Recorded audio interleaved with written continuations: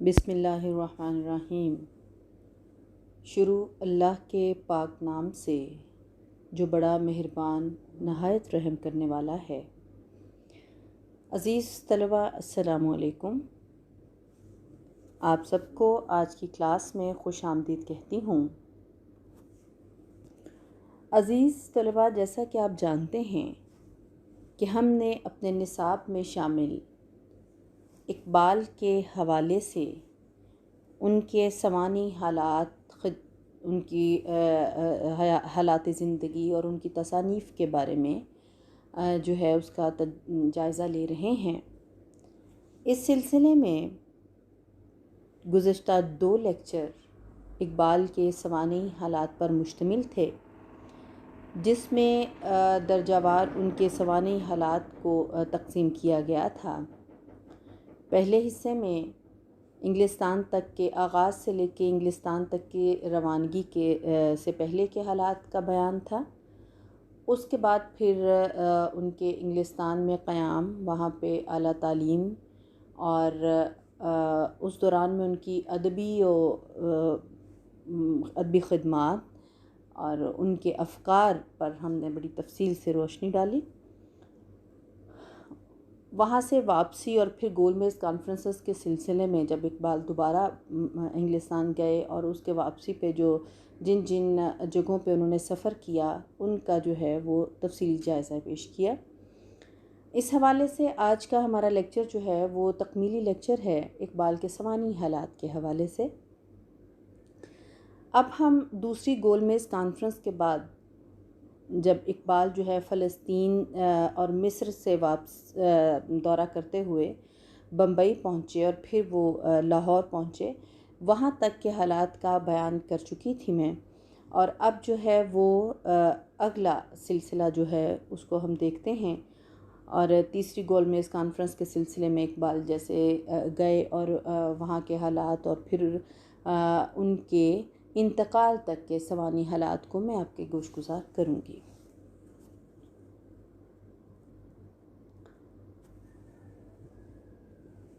Europe اور مصر و فلسطین کے سفر سے واپسی پر علامہ اقبال کی روزمرہ مصروفیات اور بڑھ گئی تھیں۔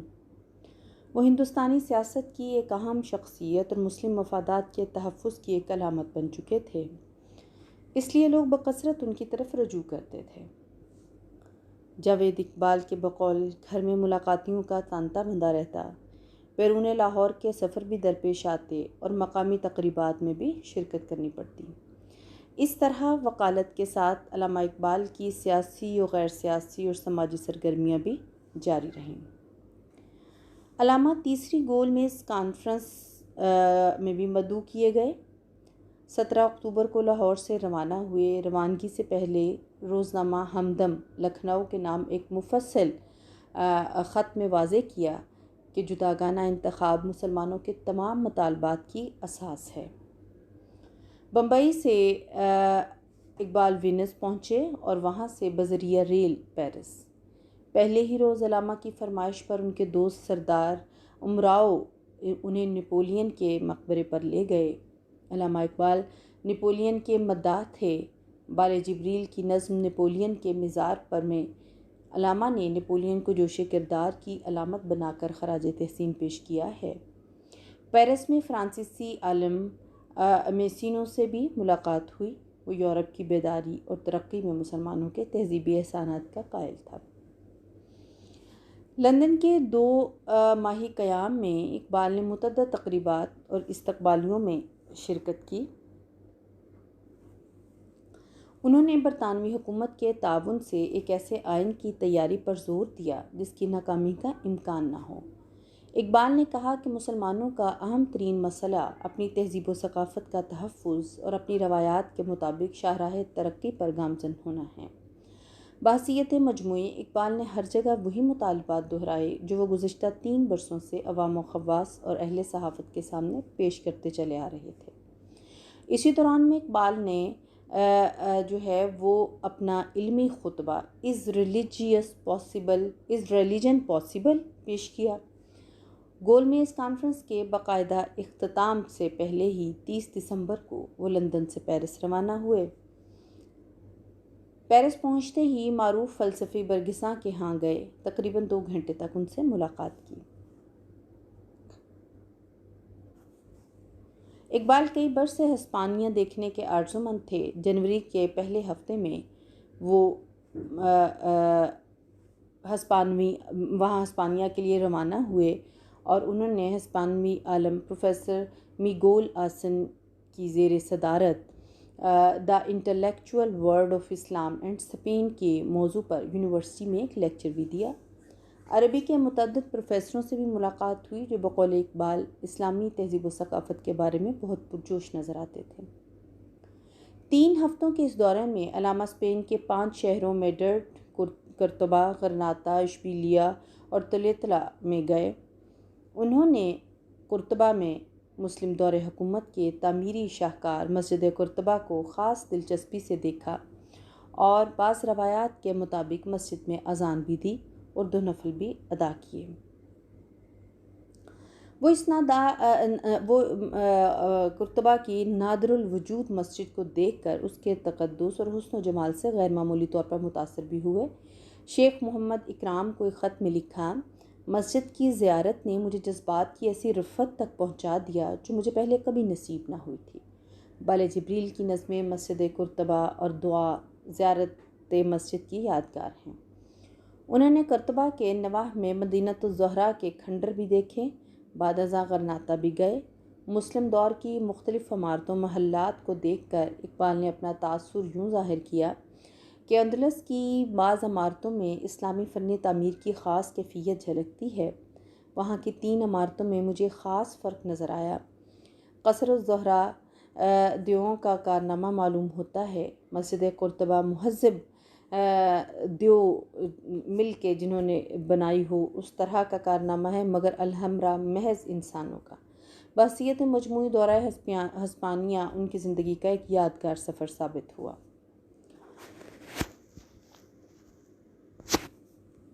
واپسی کے سفر کی قابل ذکر بات یہ ہے کہ جب بمبئی کی بندرگاہ پر بحری جہاز سے اترے تو زیورات کا ایک ڈبہ سوٹ کیس سے نکال کر اپنے ہاتھ میں لے لیا تاکہ اس پر ڈیوٹی ادا کی جا سکے۔ یہ زیورات انہوں نے سردار بیگم کے لیے خریدے تھے۔ کسی ساتھی نے مشورہ دیا کہ کم از کم انگشتریاں تو انگلیوں میں پہن لیجئے، کچھ ادا نہ کرنا پڑے گا، مگر علامہ قاعدے قانون کے پابند تھے، اس لیے تمام زیورات پر ازروئے قانون جو بھی ٹیکس واجب الادا تھا ادا کر کے باہر آئے۔ چند ماہ بعد انہیں شاہ افغانستان نادر شاہ کی طرف سے دورہ افغانستان کے لیے دعوت نامہ موصول ہوا۔ وہ افغانستان میں تعلیمی اصلاحات اور کابل میں ایک یونیورسٹی کے قیام میں مشاورت کرنا چاہتے تھے۔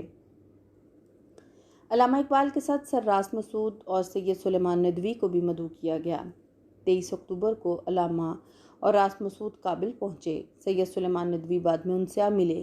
اس قافلے میں علامہ کے سیکریٹری کے طور پر غلام رسول خان بیرسٹر اور سر راس مسعود کے سیکریٹری کے طور پر پروفیسر ہادی حسن بھی شامل تھے۔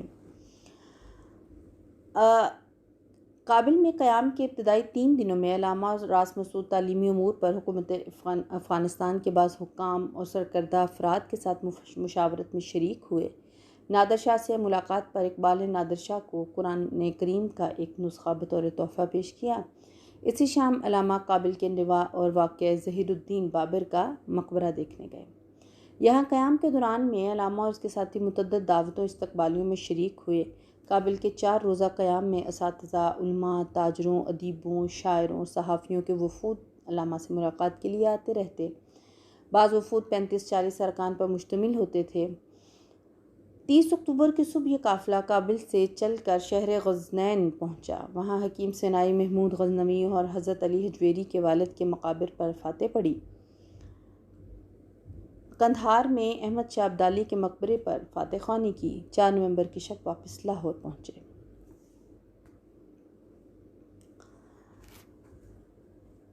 اب ہم دیکھتے ہیں کہ علامہ اقبال کی جو ایک علالت کے حالات تھے وہ کہاں سے اس کا آغاز ہوا۔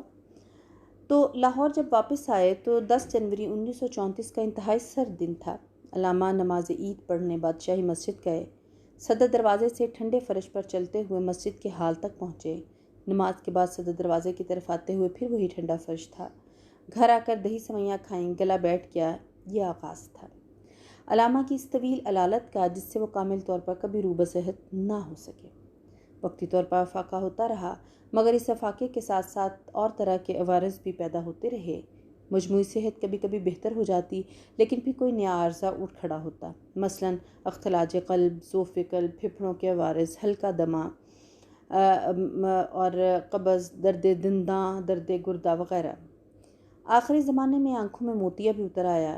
ان عوارض نے اقبال کی زندگی پر گہرے اثرات مرتب کیے۔ انہوں نے عام جلسوں بلکہ مشاورتی جلسوں میں جانا اور تقریر کرنا تقریباً ترک کر دیا۔ وکالت کا سلسلہ بھی کم ہوتے ہوتے ختم ہو گیا۔ اس سے ان کے مالی حالات بھی دگرگوں ہو گئے، اور یوں 1934 کے شروع میں ان کی معمول کی سرگرمیاں بحیثیت مجموعی ان کے اسلوب حیات میں خاصی تبدیلی آ گئی۔ مگر صحت کی پریشان کن کیفیت کے باوجود وہ گھر میں بیٹھے بیٹھے اور بستر میں لیٹے لیٹے ہندی مسلمانوں امت مسلمہ کی فلاح و بہبود، کامیابی اور سربلندی کے لیے سوچ بچار کرتے رہتے، خطوط لکھتے اور حسب ضرورت و موقع بیانات دیتے، اکابر شہر کے ساتھ اپیلیں جاری رکھتے، اور جہاں تک ممکن ہوتا اجتماعی مسائل پر حلقہ احباب کی مشاورتوں میں بھی کبھی کبھار شریک ہو جاتے تھے۔ آواز بیٹھ جانے سے وہ حسب منشا تلاوت قرآن پاک نہ کر سکتے تھے، اور اس کا انہیں بہت دکھ تھا۔ وہ ایلوپیتھک دوائیوں پر یونانی دواؤں کو ترجیح دیتے تھے۔ چنانچہ سید نذیر نیازی کی معرفت دہلی کے حکیم نابینا صاحب سے رجوع کیا گیا۔ آواز بیٹھ جانے کے بعد علامہ کی نفسیات میں مجروح ہوئی اور عام طور پر وہ غم زدہ نظر آنے لگے، مگر وہ بڑے باہمت شخص تھے۔ 29 جون کو جاوید اقبال کو ساتھ لے کر شیخ احمد سرہندی مجدد الفسانی کے مزار کی زیارت کے لیے سرہند کا سفر کیا، اور اس سفر سے انہوں نے ایک خوشگوار تاثر قبول کیا۔ علامہ کی سرگرمیاں محدود اور بیرون ملک بلکہ بیرون لاہور کے سفر بھی بالکل موقوف ہو گئے۔ نقل و حرکت کم ہونے کے سبب قدرتی طور پر ان کا فکری انہماک بڑھ گیا۔ مطالعے کے لیے اب انہیں زیادہ وقت ملتا تھا۔ سید سلیمان ندوی اور مسعود عالم ندوی کے نام اس زمانے کے خطوں سے اندازہ ہوتا ہے کہ بعض فقہی مسائل اور علمی نکات ان کے زیر غور تھے۔ انہیں بعض نئے موضوعات سوچنے لگے۔ 10 دسمبر 1934 کو راغب احسن کے نام ایک خط میں لکھتے ہیں: فقہ جدید کے اصول پر ایک کتاب لکھنے کا قصد رکھتا ہوں۔ اسی خط میں اپنے پرانے عزم کو دہراتے ہوئے کہتے ہیں: قرآن شریف پر مفصل نوٹ لکھنے کا بھی ارادہ کر رہا ہوں، مگر عین اسی زمانے میں ان کی پریشانیوں میں ایک اور پریشانی کا اضافہ ہو گیا، اور یہ والدہ جاوید کی شدید علالت تھی۔ 23 مئی 1935 کو وہ انتقال کر گئیں۔ چونکہ آمدنی کے ذرائع بہت کم ہو گئے تھے، اس صورتحال میں سرراس مسعود کی کوششوں سے نواب بھوپال نے تاحیات اقبال کے لیے 500 روپے ماہوار وظیفہ مقرر کر دیا۔ یہ مئی 1935 کا واقعہ ہے، ایک ایسے وقت میں جب وہ بقول خود چاروں طرف سے آلام و مصائب میں محصور تھے۔ مذکورہ وظیفے کے اجراء پر انہیں خوشی ہوئی اور اطمینان بھی۔ سرراس مسعود نے تو یہ کوشش بھی کی کہ بہاولپور اور حیدرآباد کی ریاستوں اور آغا خان کی طرف سے بھی اسی طرح وظائف مقرر ہو جائیں، مگر اقبال نے ان کی تجویز کو پسند نہیں کیا۔ 11 ستمبر 1935 کو سرراس مسعود کو ایک خط میں لکھا: آپ کو معلوم ہے کہ اعلیٰ حضرات نواب صاحب بھوپال نے جو رقم میرے لیے مقرر فرمائی ہے وہ میرے لیے کافی ہے، اور اگر کافی نہ بھی ہو تو میں کوئی امیرانہ زندگی کا عادی نہیں۔ بہترین مسلمانوں نے سادہ اور درویشانہ زندگی بسر کی ہے۔ ضرورت سے زیادہ کی ہوس کرنا روپے کا لالچ ہے، جو کسی طرح بھی کسی مسلمان کے شایان نشان نہیں۔ اسی زمانے میں الیاس برنی کی کتاب قادیانی مذہب علامہ کے ہاتھ لگی۔ اس سے قبل کشمیری کمیٹی میں وہ قادیانوں کو قریب سے دیکھ کر ان کے اصل عزائم کا کچھ اندازہ تو کر چکے تھے۔ اب اس کتاب کو پڑھ کر قادیانیت کی حقیقت ان پر پوری طرح علم نشرہ ہو گئی۔ انہوں نے قادیانزم اینڈ آرتھوڈاکس مسلمز کے عنوان سے ایک مفصل مضمون قلم بند کیا، جو روزنامہ اسٹیٹس مین میں 14 مئی 1935 کو شائع ہوا۔ اقبال نے حکومت سے مطالبہ کیا تھا کہ وہ قادیانیوں کو مسلمانوں سے الگ ایک فرقہ یا سیپریٹ کمیونٹی قرار دے دیں۔ قادیانیوں کو اقلیت قرار دینے کے لیے یہ پہلی مؤثر آواز تھی۔ بعد ازاں اقبال نے اپنے موقف کی وضاحت میں متعدد مضامین بھی لکھے اور قرار دیا کہ احمدی اسلام اور ہندوستان دونوں کے غدار ہیں۔ اقبال کے اصل الفاظ یہ ہیں: I have no doubt in my mind that the Ahmadis are traitors both to Islam and to India. Iqbal کو اندازہ ہو گیا تھا کہ شاید ان کی صحت مکمل طور پر بحال نہ ہو سکے گی، اس لیے انہوں نے 13 اکتوبر 1935 کو ایک وصیت نامہ تحریر کیا، جس میں جاوید کے ماموں خواجہ عبدالغنی اپنے بھتیجے شیخ اعجاز احمد، منشی طاہر الدین اور چودھری محمد حسین کو اپنے نابالغ بچوں اور جائیداد کا ولی اور سرپرست مقرر کیا، اور وصیت کی کہ وفات کے بعد چند کتابوں کے علاوہ باقی تمام ذاتی کتابیں اسلامیہ کالج، ریلوے روڈ، لاہور کی لائبریری میں رکھ دی جائیں اور پہننے کے تمام کپڑے غربا میں تقسیم کر دیے جائیں۔ یہ کتابیں ایک عرصے تک اسلامیہ کالج سول لائنس لاہور کی لائبریری میں محفوظ رہیں۔ پھر یہ اقبال اکیڈمی پاکستان لاہور کی تحویل میں چلی گئیں۔ علامہ اقبال کے قدردان تو بہت تھے، مگر ان سے سرراس مسعود جیسی محبت رکھنے والے کم ہی ہوں گے۔ 1934 میں انہیں اقبال کی علالت کی خبر ملی تو وہ سخت پریشان ہوئے۔ انہوں نے حمیدیہ ہسپتال بھوپال کے ڈاکٹروں سے مشورے کے بعد اقبال کو بھوپال آ کر علاج کرانے کی دعوت دی، بلکہ اصرار بھی کیا۔ ان کے اصرار میں نواب حمید اللہ خان کی فکر مندی کو بھی دخل تھا۔ اقبال 1 سال سے بیمار چلے آ رہے تھے۔ حکیم نابینا صاحب کی دعاؤں سے انہیں کچھ زیادہ افاقہ نہ ہوا تھا، اس لیے وہ بھوپال جا کر علاج پر رضامند ہو گئے۔ اس سلسلے میں انہوں نے 3 بار بھوپال کا سفر کیا اور بھوپال کے حمیدیہ ہسپتال میں بنفشی شعاؤں کے ذریعے اقبال کا جو ہے وہ علاج بھی ہوتا رہا، یعنی الٹرا وائلٹ ریزز بھی جو ہے وہ استعمال کی جاتی رہیں۔ اس علاج سے انہیں خاصا افاقہ ہوا۔ 23 مئی 1935 کو سردار بیگم کی وفات کے بعد ان بچوں کی دیکھ بھال کی ذمہ داری بھی کلی طور پر ان پر آ پڑی۔ ان کے لیے یہ شدید آزمائش و پریشانی کا زمانہ تھا۔ اس کے باوجود عین اسی زمانے میں جب محمد علی جناح لاہور آئے اور سر فضل حسین سے ان کی ملاقات بے نتیجہ رہی تو علامہ اقبال نے انہیں اپنے پورے تعاون کا یقین دلایا۔ اقبال صوبائی مسلم لیگ کے صدر منتخب ہوئے۔ ان کے نام و کلام کی وجہ سے مسلم لیگ پنجاب میں وسیع پیمانے پر متعارف ہوئی۔ انہوں نے محمد علی جناح کو قائد اعظم بنانے اور ہندی مسلمانوں کا واحد قابل اعتماد اور غیر متنازع لیڈر تسلیم کرانے میں بنیادی کردار ادا کیا۔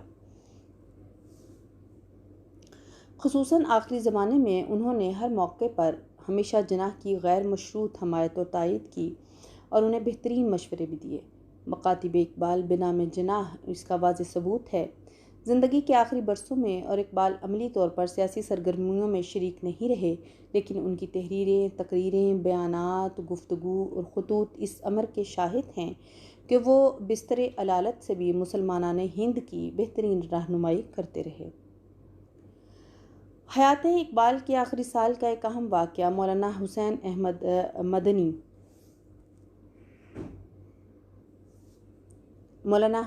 مدنی کے ساتھ اقبال کا قلمی مباحثہ ہے۔ اس مباحثے کا تعلق مسئلہ قومیت سے تھا، جو علامہ کے نزدیک مسلم حیات نو، خصوصاً ہندوستان میں مسلمانوں کے مستقبل کی بہتر صورتگری کے لیے اساسی حیثیت رکھتا تھا۔ اس لیے علامہ نے اپنے موقف کی وضاحت کے لیے ایک مدلل اور طویل مضمون روزنامہ احسان لاہور میں 9 مارچ 1938 کو شائع کرایا۔ اس مضمون میں اقبال نے مولانا مدنی کے فرمودات کا جواب دینے کے ساتھ مسئلہ قومیت پر اپنے نقطہ نظر کو بھی بڑی عمدگی سے واضح کیا۔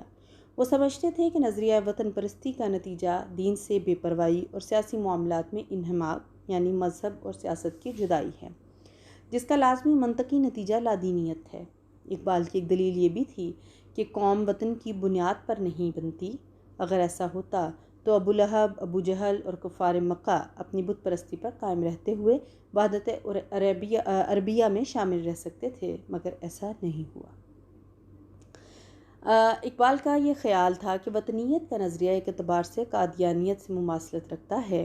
قادیانیت کی طرح نظریہ وطنیت بھی امت مسلمہ کی اساس و بنیاد کی نفی کرنے والا ہے، اور وہ کہتے تھے کہ ہندوستان کلیتاً نہیں تو ایک بڑی حد تک دارالاسلام بن جائے، ان کا خیال تھا۔ علامہ اقبال حج بیت اللہ اور زیارت مدینہ کی دیرینہ آرزو رکھتے تھے۔ 6 اکتوبر 1911 کے خط میں اکبر آل آبادی کو لکھتے ہیں: خدا آپ کو اور مجھ کو بھی زیارت روضہ رسول نصیب کرے صلی اللہ علیہ وسلم۔ مدت سے یہ آرزو دل میں پرورش پا رہی ہے۔ غلام رسول مہر بتاتے ہیں کہ 1925، 26 اور 27 کے زمانے میں علامہ اقبال سے ملاقاتوں میں اکثر سفر حجاز کا ذکر چھڑ جاتا اور گھنٹوں اس موضوع پر گفتگو رہتی۔ طویل بیماری کے نتیجے میں طرح طرح کے تفکرات اور غم ہائے روزگار نے گھیر لیا، مگر اس عالم میں بھی انہوں نے سفر حجاز کا ارادہ ترک نہیں کیا، بلکہ وقت گزرنے کے ساتھ ساتھ اور بیماری کے سبب بھی اس کی سفر حجاز کی آرزو تیز تر ہوتی گئی۔ آخری برسوں میں بیماری کے سبب اقبال کے لیے جسمانی طور پر سفر کرنا بہت مشکل تھا، مگر ارمغان حجاز، خصوصاً اس کے 2 حصوں حضور حق اور حضور رسالت مآب کی 2 بیتیاں پڑھتے ہوئے اندازہ ہو جاتا ہے کہ علامہ اقبال تصور میں حجاز کے سفر سعادت پر روانہ ہو چکے تھے۔ چنانچہ عالم خیال ہی میں وہ مدینہ طیبہ کی جانب محو سفر رہے۔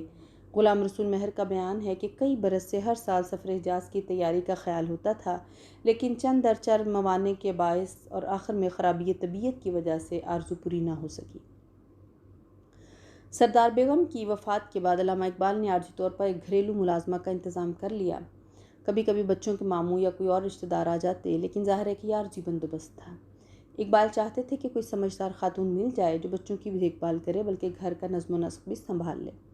پروفیسر رشید احمد صدیقی کی کوششوں سے علی گڑھ مسلم یونیورسٹی کے ایک استاد ڈاکٹر اصغر علی حیدر نے اپنی سالی مسز ڈورس احمد کو لاہور بھیجا۔ مسز ڈورس ادھیڑ عمر کی ایک سلیقہ مند جرمن خاتون تھیں۔ انہوں نے جاوید منزل پہنچ کر اقبال گھرانے کا نظم و نسق سنبھال لیا۔ ڈورس احمد کو اندازہ ہو گیا تھا کہ سر محمد اقبال ایک اہم شخصیت ہیں، وہ اردو کے معروف و مقبول شاعر بھی ہیں اور ہندوستانی سیاسیات میں ایک نمایاں حیثیت رکھنے والے رہنما بھی۔ بعد ازاں ایک موقع پر مسز ڈورس نے رشید احمد صدیقی کے سامنے اعتراف کیا کہ میں نے اپنی زندگی میں ایسا مخلص و شریف آدمی نہیں دیکھا۔ یہ اقبال کی زندگی کا آخری زمانہ تھا۔ علامہ اقبال کے چند نیاز مند باقاعدگی و التزام کے ساتھ علامہ کی خدمت میں حاضر ہوتے۔ ان میں خواجہ عبدالوحید، چودھری محمد حسین، سید نذیر نیازی، حکیم محمد حسن کرشی، راجہ حسن اختر، میاں محمد شفیع شامل تھے۔ علامہ کو کہیں آنا جانا ہوتا تو کم ہی ہوتا تھا۔ 1937 کے اوائل میں ہندوستان کے اچھوتوں میں تبلیغ اسلام کے امکانات کا جائزہ لینے کے لیے مصری علماء کا ایک وفد لاہور پہنچا اور اقبال نے انہیں ان کے اعزاز میں ظہرانہ دیا۔ ان کے اپنے بقول وہ 6 مہینے کے بعد گھر سے نکلے تھے۔ ان کے زیادہ تر وقت لیٹے لیٹے دوستوں سے گفتگو میں گزرتا، لیکن علاج کے باوجود اقبال کی صحت روز بروز گرتی جا رہی تھی۔ سردیوں کے موسم میں دھوپ نکلی تو وہ باہر تخت پر لیٹ کر دھوپ تاپتے، کبھی آرام کرسی پر بھی بیٹھ جاتے۔ تقریباً سارا دن ان کے ہم ملاقاتیوں کی آمد و رفت رہتی، بے تکلفانہ گفتگو ہوتی۔ اقبال اپنے دل کی بات بلا تردد، بے تأمل اور لگی لپٹی رکھنے کے بغیر احباب کے سامنے رکھ دیتے تھے۔ 2 برس پہلے ضرب کلیم شائع کرتے ہوئے انہوں نے اسے دور حاضر کے خلاف اعلان جنگ کی حیثیت سے پیش کیا۔ آخری ایام میں بھی اقبال کی گفتگو میں کبھی کبھی اسی اعلان جنگ کا سا انداز محسوس ہوتا ہے۔ نذیر نیازی کہتے ہیں، ایک روز میں نے خوابگاہ میں داخل ہو کر سلام عرض کیا تو یہ دیکھ کر بڑی تشویش ہوئی کہ حضرت اقبال کو بے چینی محسوس ہو رہی ہے اور وہ بے چین ہیں۔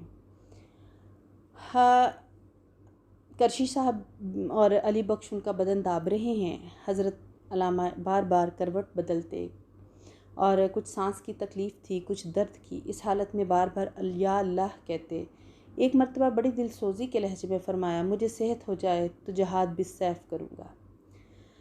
علامہ اوائل عمر ہی سے فجر کے بعد تلاوت قرآن پاک کی عادی تھے، تلاوت بہت خوشالحانی سے کرتے۔ بیماری کے زمانے میں قرآن پڑھنا چھوٹ گیا اور اس بات کا انہیں بہت دکھ تھا۔ جب خود تلاوت نہ کر سکتے تو کوشش ہوتی تھی کہ کسی اچھے قاری کی تلاوت سنیں۔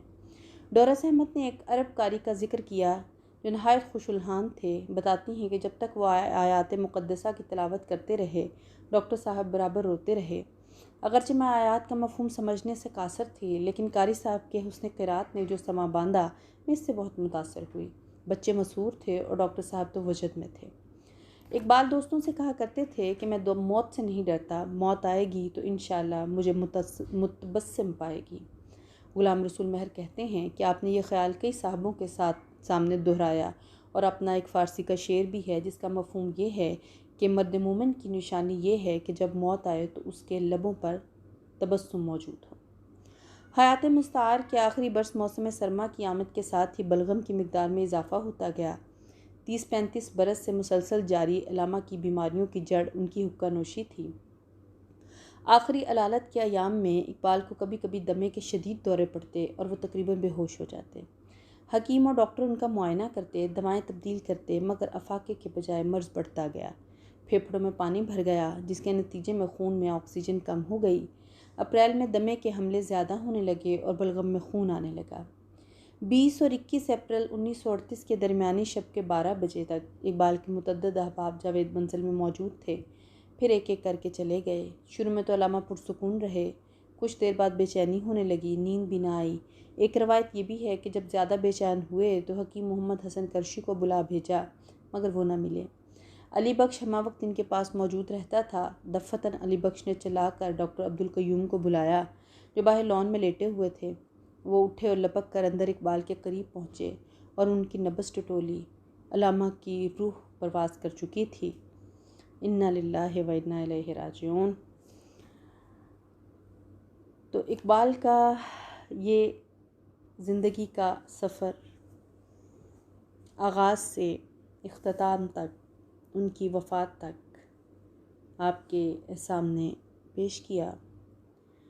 یوں ایک آفاقی نابغہ روزگار شاعر مشرق علامہ اقبال، جو ہمارا ایک بہت بڑا اثاثہ ہیں، جنہوں نے ہماری قوم کو ایک نئی زندگی عطا کی، جینے کے لیے ایک نیا نصب العین دیا، وہ اپنا کام کر کے اس دنیا سے رخصت ہو گئے۔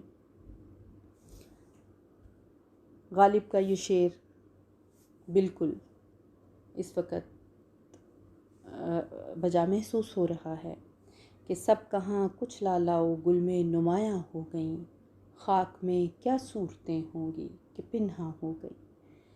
تو یہ یقیناً بہت بڑا ایک المیہ بھی تھا اور دکھ کی کیفیت، مگر موت برحق ہے، ہر ذی روح نے اس دنیا سے رخصت ہونا ہے۔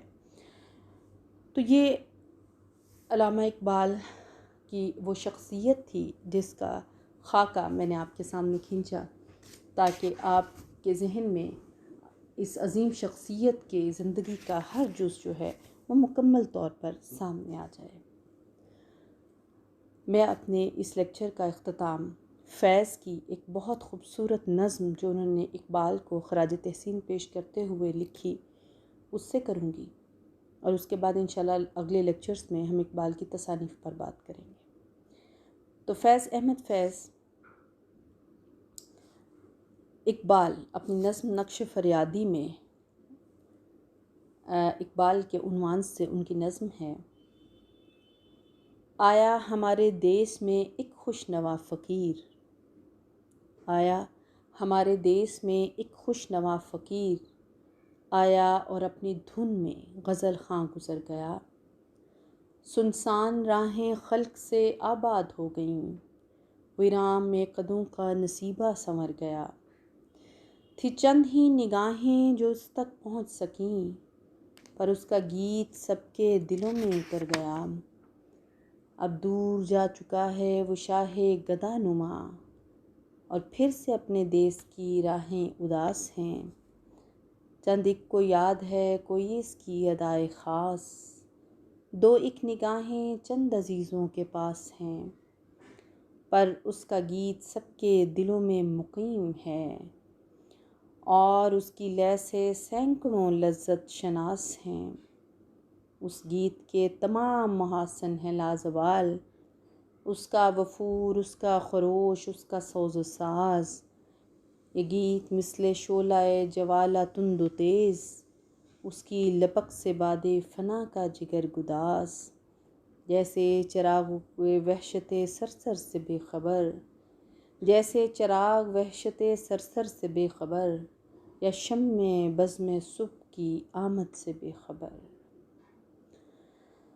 تو اقبال کو فیض نے جس انداز سے خراج تحسین پیش کیا، یہ یقیناً قابل ستائش ہے، اور وہ ایک خوشنوا فقیر ہی تھے جو فقر میں اپنی زندگی گزار گئے، اور ہمیں زندگی میں فقر کا وہ درس دے گئے جو مرد کامل کے لیے، مرد مومن کے لیے ایک خزانہ ہے، اس کے شایان شان ہے۔ تو عزیز طلباء، اقبال کی زندگی کے سوانح حالات ان کے تعلیمی مدارج، اعلیٰ تعلیمی مدارج، اور پھر ان کی سیاست میں عمل دخل، اس کے بعد مختلف کانفرنسز میں شرکت، مختلف مضامین اور ان کے تخلیقی کارنامے جو ہیں ان کے بارے میں آپ نے جانا. اور جو ہے اس کے بعد انشاءاللہ ہم اب اقبال کی تصانیف پر بات کریں گے. تب تک کے لیے آپ مجھے اجازت دیجیے. انشاءاللہ اگلے لیکچر میں جو ہے وہ تصانیف کے حوالے سے ہم جو بات کریں گے. بہت شکریہ.